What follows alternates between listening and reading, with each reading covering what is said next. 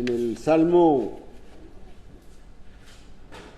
37 y versículo 5, dice la Escritura: encomienda a Jehová tu camino y confía en Él, y Él hará. Encomienda a Jehová tu camino. Bueno, nosotros espiritualmente debemos de seguir el camino seguro. El camino seguro. Camino es un medio por el cual nos trasladamos de un lugar a otro. Y en este caso, nuestro propósito es ir al cielo, estar con Dios por la eternidad, estar preparados para cuando nuestro Señor Jesucristo venga por su pueblo, por su reino, nosotros nos vayamos con Él. Así que cuando leemos en el libro de los Hebreos, en el capítulo 10 y versículos 18 en adelante, dice el escritor: así que, hermanos, teniendo libertad para entrar en el lugar santísimo por la sangre de Jesucristo, por el camino nuevo y vivo que Él nos abrió a través del velo, esto es, de su carne. Y teniendo un gran sacerdote sobre la casa de Dios, acerquémonos con corazón sincero, en plena certidumbre de fe, purificados los corazones de mala conciencia y lavados los cuerpos con agua pura. Mantengamos firmes sin fluctuar la profesión de nuestra esperanza, porque fiel es el que prometió. Y sigue diciendo, ¿verdad?, que debemos de considerarnos al amor y a las buenas obras, ¿verdad? Así que el camino seguro es estar en Cristo. Es el único medio, dice el Evangelio de Juan, capítulo 14 y versículo 6, yo soy el camino y la verdad y la vida. Nadie viene al Padre si no es por mí. Y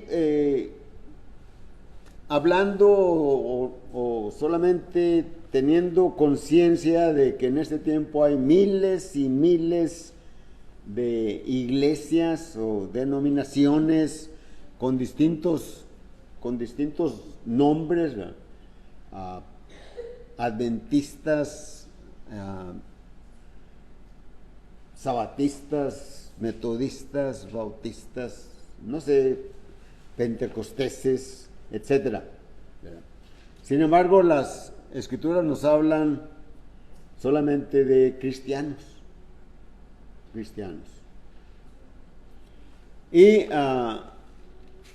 hay este adjetivo solamente lo encontramos en el libro de los Hechos y en una carta que escribe el apóstol Pedro. En el libro de los Hechos lo encontramos en el capítulo 11 y versículo 26, y en el capítulo 26 y versículo 28.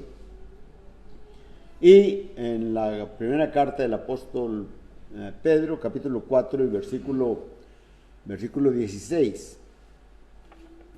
Cuando miramos allí ese nombre cristiano, recordemos nosotros que Dios, nuestro Señor Jesucristo mandó a los apóstoles que se quedaran allí en Jerusalén hasta que fueran investidos de poder de lo alto, ¿verdad? Y luego es decir, que sean investidos de poder de lo alto por el Espíritu Santo, ¿verdad? Y luego me seréis testigos, dice el Señor, en Jerusalén, en Judea, en Samaria y hasta lo último de la tierra. Y se inicia así en ese orden, ¿verdad? En Jerusalén viene el día de Pentecostés y se predica el Evangelio y el Señor edifica su iglesia, se establece el reino en la tierra y sigue por un tiempo ahí en Jerusalén. Luego viene la persecución, Dios propicia la persecución y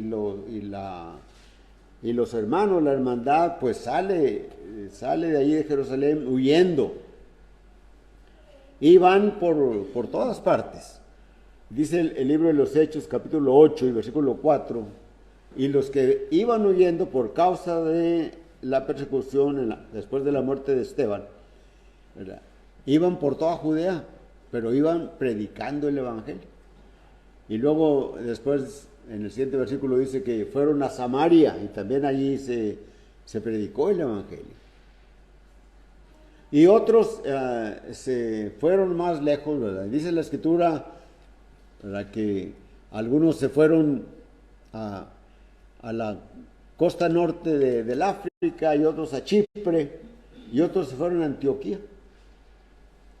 Y la iglesia empezó a aumentar en número, y no solamente en número de judíos, sino que también empezaron a predicarles a los gentiles.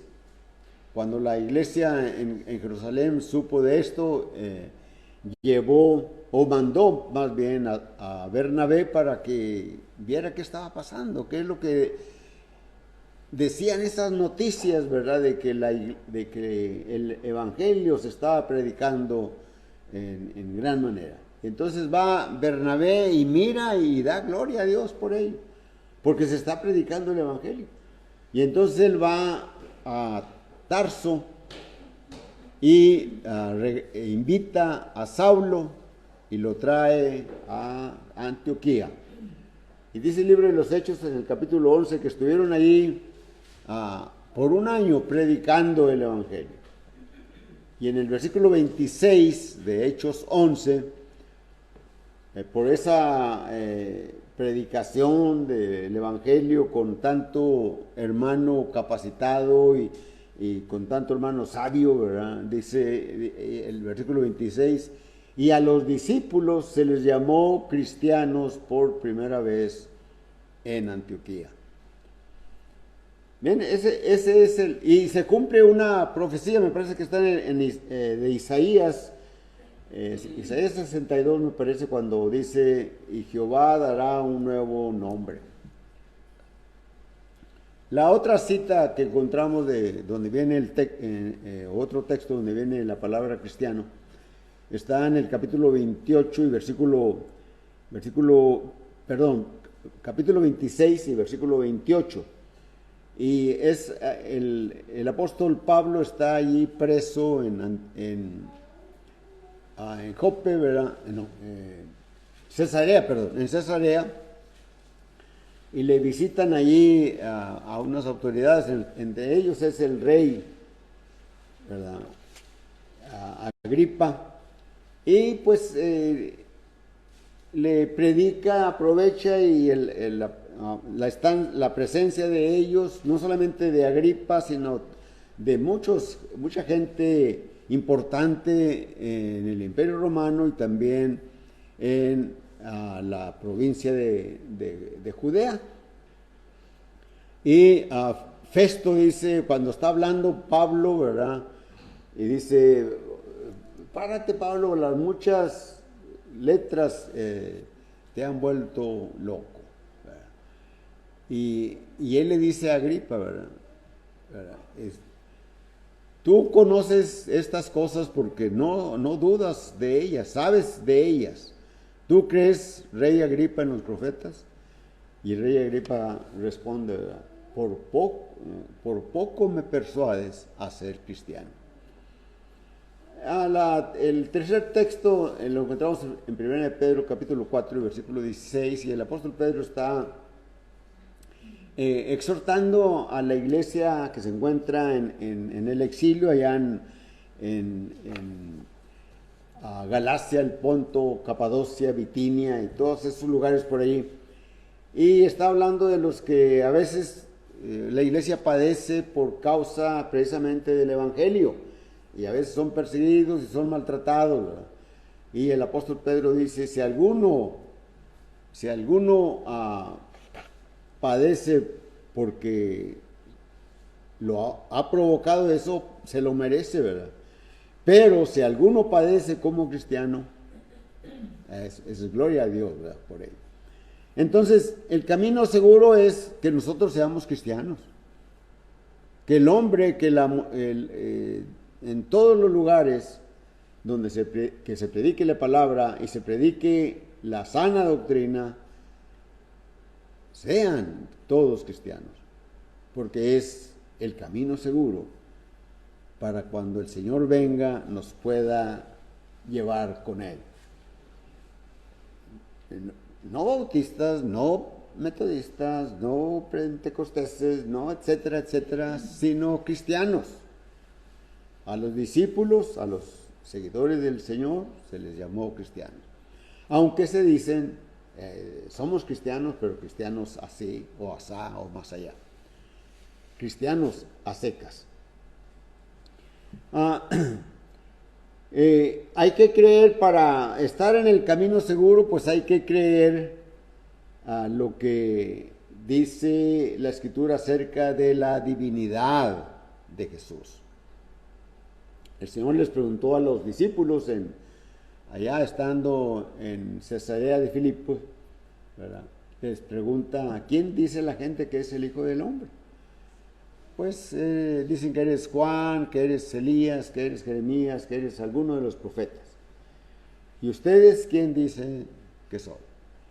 Pedro, adelantándose a los demás, no porque él solamente creyera eso, pero él le dice al Señor, tú eres el Cristo, el Hijo del Dios viviente. Es decir, lo que Pedro está diciendo es que está aceptando que Él es divino, que Él es divino. Y el Señor dice, ¿verdad? Todo aquel que me confesare delante de los hombres, yo también le confesaré delante de mi Padre que está en los cielos. Es decir, que le reconozca como el Hijo de Dios, ¿verdad? Entonces, miramos que es muy importante creer en Jesucristo como el Hijo de Dios. Es necesario que estemos conscientes de que el Señor es el Hijo de Dios. El propósito del cuarto evangelio, o sea, del evangelio de Juan, precisamente fue ese, ¿verdad? Para que la gente, que todos los lectores, todas las personas que leyeran el evangelio de Juan, creyeran que Jesús es el Cristo. Leemos allá en el capítulo 20 del Evangelio de Juan y versículos 30 y 31, ¿verdad? Están hablando de los milagros, de las señales, y Juan, el apóstol, dice, hizo además el Señor muchas otras señales que no están escritas en este libro, pero las que están escritas para que creáis que Jesús es el Cristo y creyendo en Él tengáis vida eterna. Hay que aceptar que Jesús es divino. Mucha gente, ¿verdad? En algunos grupos, ¿verdad? Incluso dicen, fue un gran hombre solamente, y en algunos que han tergiversado las escrituras y que han hecho sus propias traducciones, ¿verdad? Por ejemplo, ahí en el Evangelio de Juan cambian en el versículo 1, ¿verdad? Cuando dice, en el principio era el verbo y el verbo estaba con Dios y el verbo era Dios. Ellos ahí cambian, cuando dicen la segunda parte,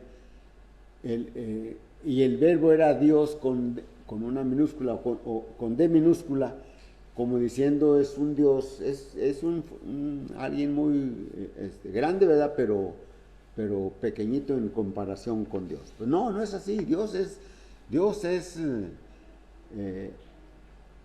Jesús es Dios, ¿verdad? Y Colosenses capítulo 2 y versículo 9, el apóstol Pablo, hablando de esto, dice, en Él habita corporalmente toda la plenitud de la deidad. Es 100% divino, es 100% humano. Entonces, un camino seguro es aceptar lo que es Jesucristo, el Hijo de Dios. Aceptar que Él vino a este mundo para hacer lo que el hombre no puede hacer para salvarse. Él vino a hacer un sacrificio que le diera satisfacción a Dios para que aceptara que la obra o que la deuda del hombre estaba saldada. La deuda del hombre estaba saldada. Así que en 1 Timoteo capítulo 3 y versículo 16, ¿verdad? Leemos ahí, ¿verdad? El camino seguro es la palabra de Dios. Y en este texto el apóstol Pablo está diciendo, e indiscutiblemente grande es este misterio de Dios. E indiscutiblemente grande es el misterio de la piedad. Dios fue manifestado en carne, Dios fue justificado en el Espíritu, fue visto por los ángeles, fue predicado a los gentiles, fue recibido arriba en gloria, ¿verdad? Entonces, Jesús es el Hijo de Dios. Y Él hizo lo que tenía que hacer porque el hombre no podía saldar su deuda. Por eso miramos allí, ahora leyendo el texto de 2 de Timoteo, capítulo 3 y versículos 16 y 17, donde nos habla de estas cosas. Toda la escritura es inspirada por Dios, ¿verdad? Y es útil para enseñar, para redarguir, para corregir, para instruir en justicia, a fin de que todo hombre, hijo de Dios, sea preparado para buena obra, para toda buena obra, para que de esta manera Dios, cuando llegue la consumación de los siglos, del tiempo, podamos irnos con Él. Entonces, en la escritura, que es inspirada por el Espíritu Santo, encontramos todo el proceso que el hombre tiene que hacer para que sea aceptado como el Hijo de Dios. Por eso que el camino seguro es obedecer los mandamientos que están en el Nuevo Testamento. El Antiguo Testamento tiene mandamientos, ¿verdad?, que nosotros no pudimos ni podremos cumplir. Por eso Cristo vino a este mundo para cumplirlo con nosotros, para hacernos justicia a Dios, ¿verdad? Dice 2 Corintios capítulo 5 y versículo 21, ¿verdad? Al que no conoció pecado, por nosotros lo hizo pecado. El Señor no hizo pecado, ¿verdad?, pero lo hizo pecado por nosotros, y por eso el Señor murió en aquella cruz.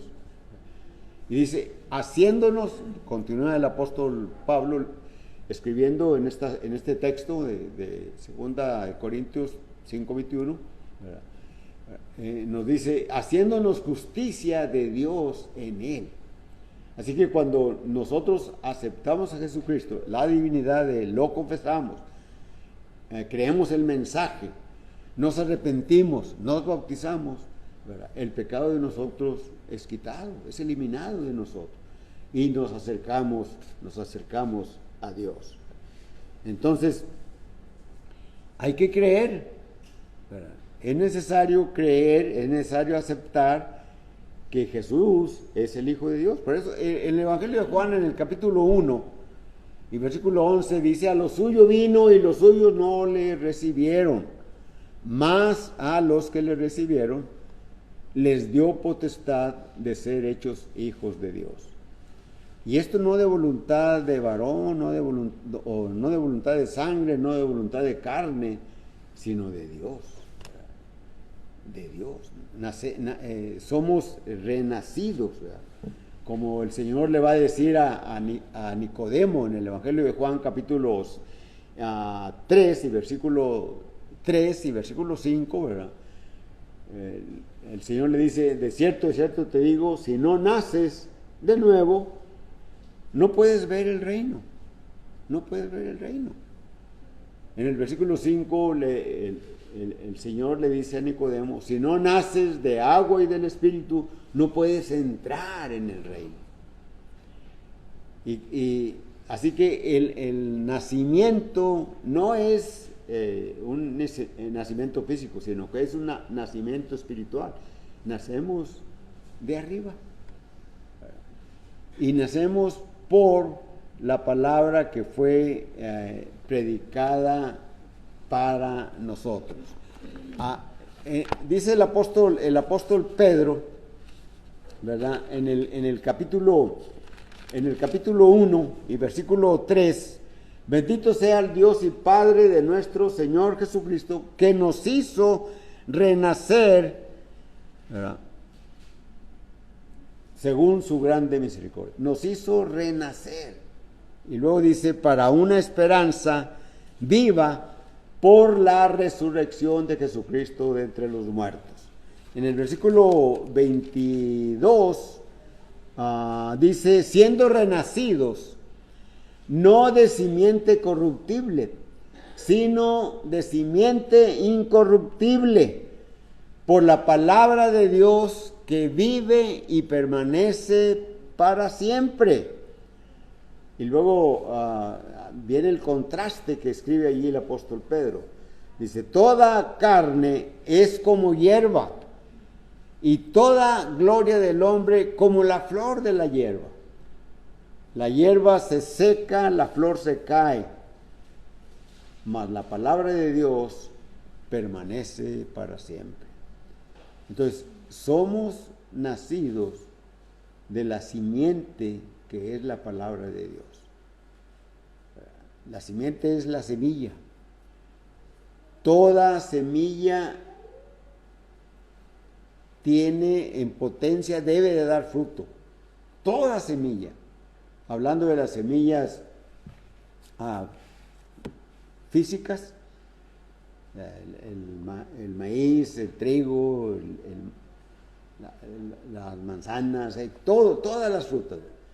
Pero esas semillas deben de caer en una tierra apropiada, una tierra que está preparada para recibir, ¿verdad? Así también la simiente, la palabra, el evangelio, debe de caer en una mente espiritual, en una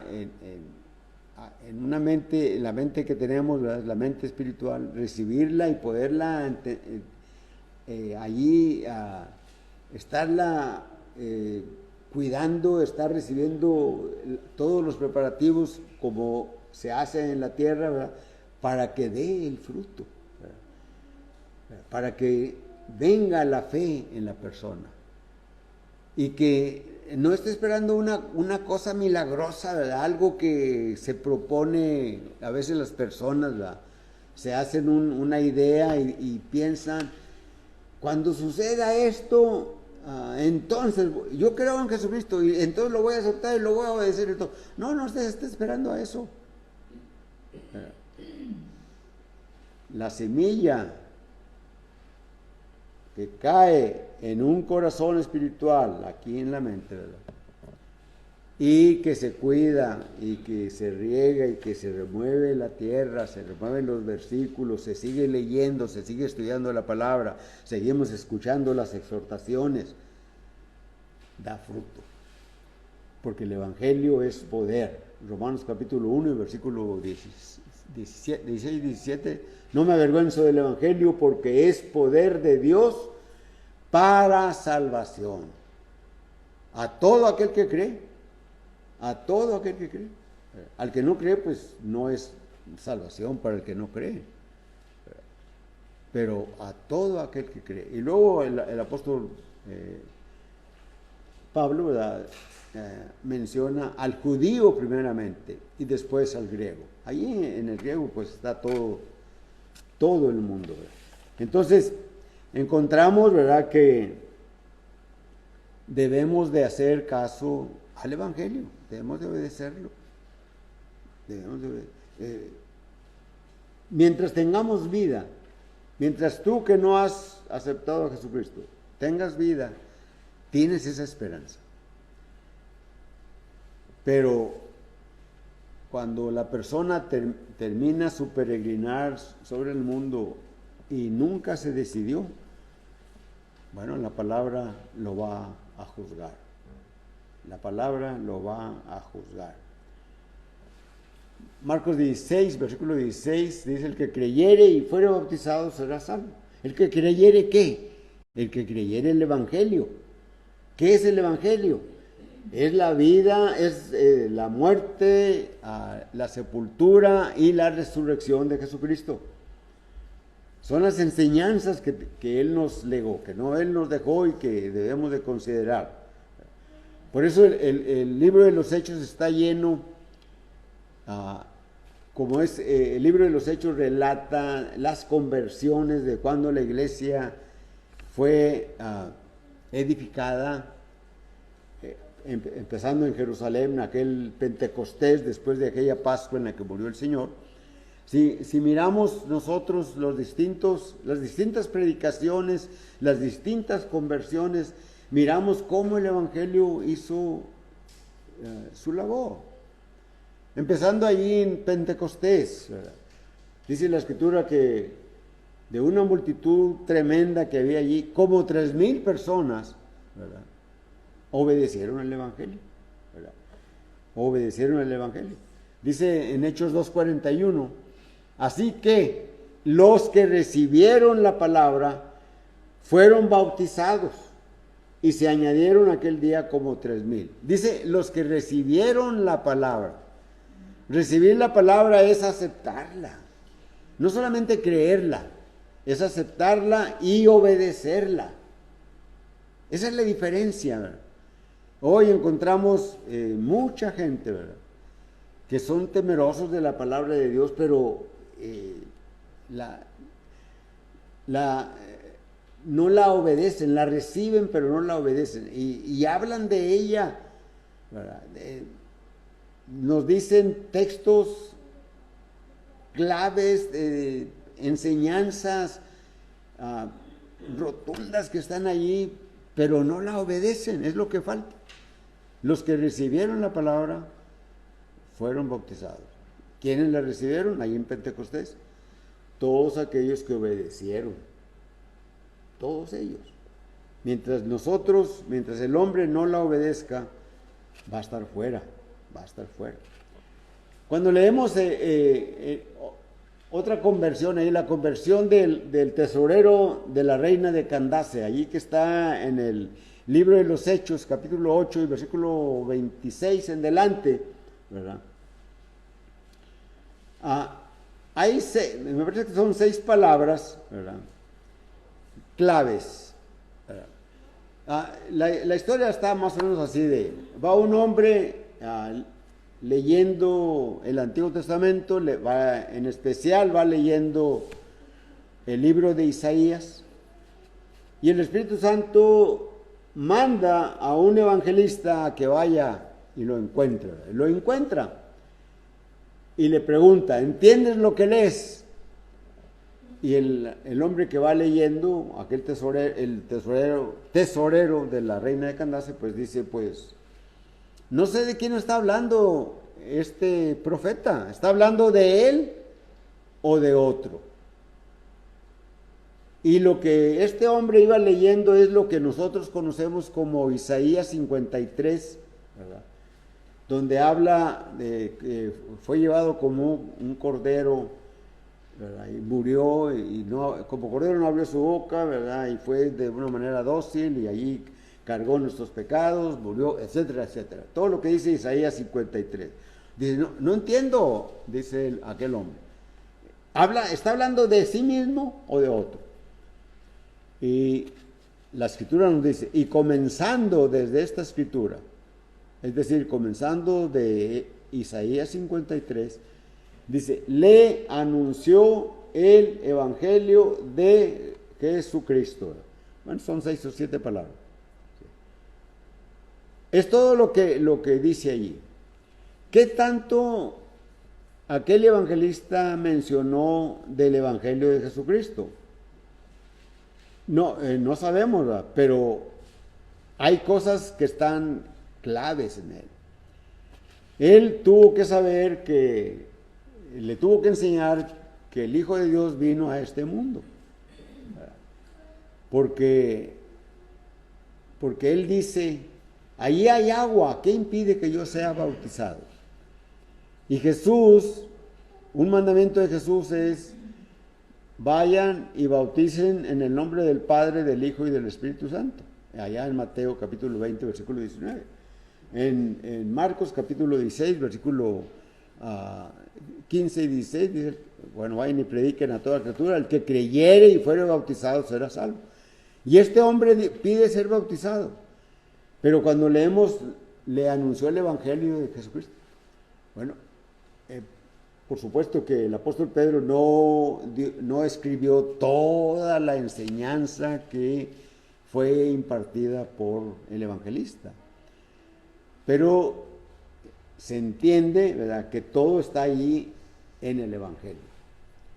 Le habló de Jesucristo, que había que aceptar que Él era el Hijo de Dios, había que aceptar que había que confesarlo, ¿verdad? Porque el evangelista le pregunta, si crees de todo corazón, bien puedes.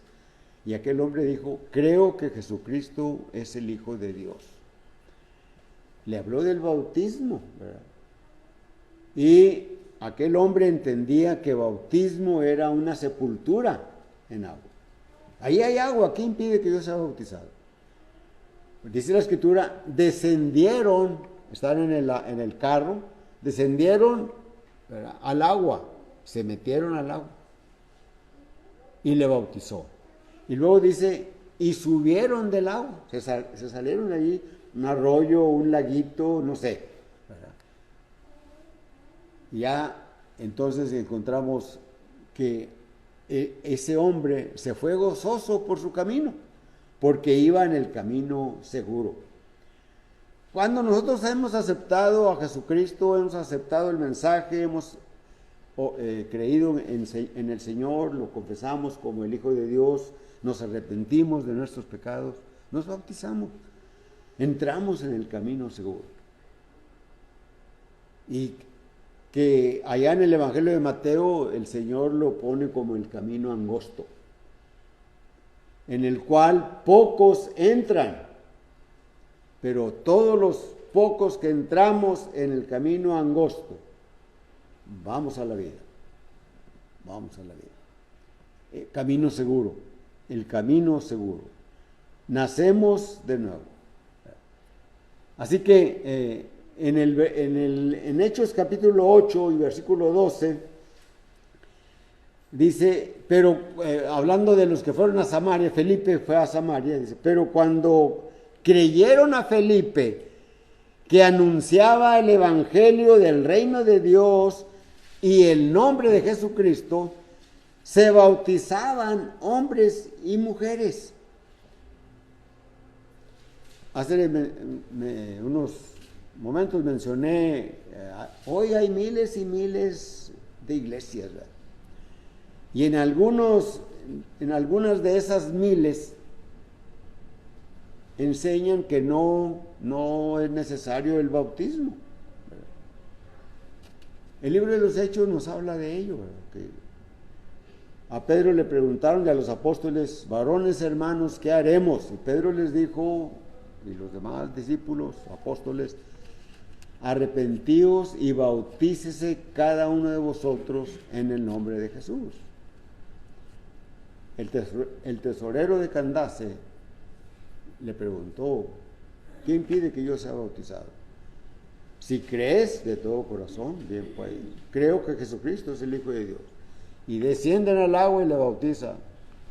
Aquí en Hechos 12, ¿verdad?, cuando predicaban, cumpliéndose el mandamiento de Jesucristo, me seréis testigos en Jerusalén, en toda Judea, en Samaria, y ahí está Felipe en Samaria, que anunciaba el evangelio del reino de Dios y el nombre de Jesucristo, se bautizaban hombres y mujeres. Las Biblias que los que nieguen el bautismo no tendrán estos textos. ¿O cómo lo comprenden, cómo lo entienden? El propósito, hay algo, el bautismo no es mágico, ¿verdad? Hay que entender esto, ¿verdad? Sino que el bautismo es la reacción de la persona para obedecer lo que demanda Jesucristo. Pero tiene un propósito además el bautismo, o dos propósitos, o tres propósitos. Uno de ellos es que nuestros pecados son perdonados. No hay otra manera de perdonar los pecados. No hay. Así que, ¿por qué no obedecer lo que dice el Señor? Hay ejemplos en el Antiguo Testamento, ¿verdad?, que son para nosotros enseñanza, para que encontremos en la paciencia y en la consolación de las Escrituras, tengamos la esperanza. Romanos capítulo 15, versículo 4. Tengamos esperanza. Y miramos allá en el arca de Noé, ¿verdad? Dios le dijo, le reveló a Noé que iba a destruir todo lo que había creado. Pero le dice, tú te puedes salvar si haz esta arca de madera, y le dijo qué tipo de madera, las medidas, cómo debería de hacerle, cuántas divisiones iba a haber dentro del arca, etcétera, etcétera. Imaginémonos hoy en nuestros tiempos y que Noé dijera, ¿por qué madera de sitín? ¿Por qué no madera de pino? ¿Por qué no madera de caoba? ¿Por qué no?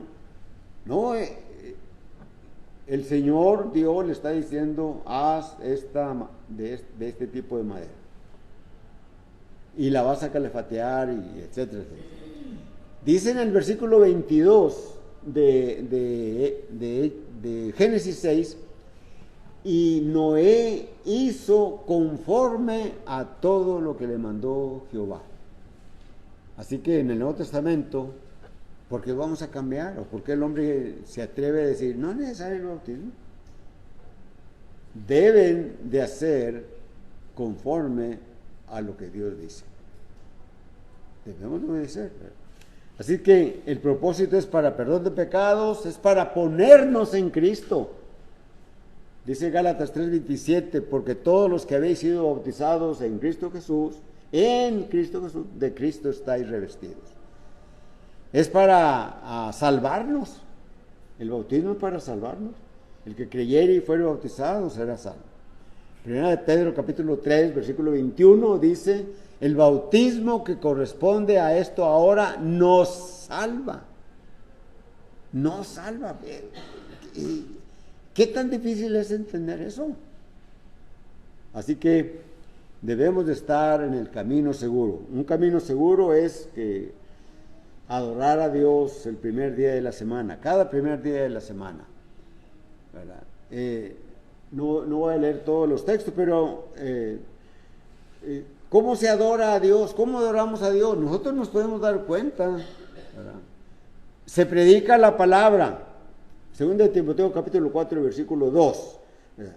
Que prediques la palabra, que instes a tiempo. Inster o instar significa insistir, ¿verdad? Significa repetir, hablarles de que necesitas el bautismo, necesitas ser fiel, necesitas crecer en el Evangelio, necesitamos instar.